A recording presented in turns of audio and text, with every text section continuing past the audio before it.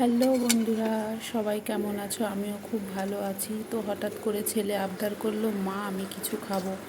তো আমার ছেলে আলুটা খেতে খুব ভালোবাসে, তাই আলু দিয়ে ওর জন্য একটা নতুন রেসিপি করে দিলাম। প্রথমে আলুটা সিদ্ধ করে নিয়ে ভালো করে মাখিয়ে নিয়েছি। ওতে পেঁয়াজ কুচি, লঙ্কা কুচি, জিরে গুঁড়ো, ধনে গুঁড়ো, গরম মশলার গুঁড়ো সব দিয়ে, তারপরে চাট মশলা, সবজি মশলা সব দিয়ে ভালো করে মাখিয়ে স্বাদ অনুযায়ী লবণ দিয়েছি, ময়দা দিয়েছি, একটু ধনেপাতা কুচি দিয়ে দিলাম।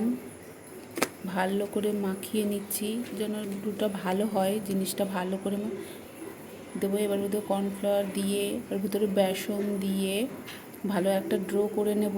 একটু লবণ দিয়ে দিলাম, একটু হলুদ গুঁড়ো।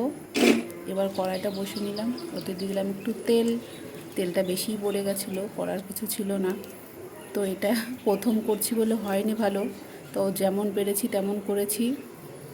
তো চেষ্টা করেছিলাম ভালো, তো মোটামুটি ভালোই হয়েছিল। তো দেখো ভালো করে যেটা ড্রোটা করেছি ওর ভিতরে দিয়ে দিয়েছি। এর ভিতরে আবার এটার ভিতরে আমি মেরি বিস্কুট মিক্সারে ভালো করে গুঁড়ো করে নিয়েছিলাম, তার গুঁড়োটা দিয়ে ভালো করে মাখিয়ে এই যে তেলে দিয়ে দিচ্ছি একটা একটা করে।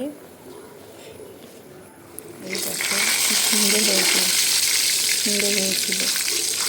যেমন ভেবেছিলাম তেমন হয়নি, কিন্তু সুন্দর হয়েছিল, একদম খারাপ হয়নি। এই দেখো কি সুন্দর। তো দুটো সস দিয়ে দিয়েছি ছেলেকে। দেখো ছেলে কতটা খুশি।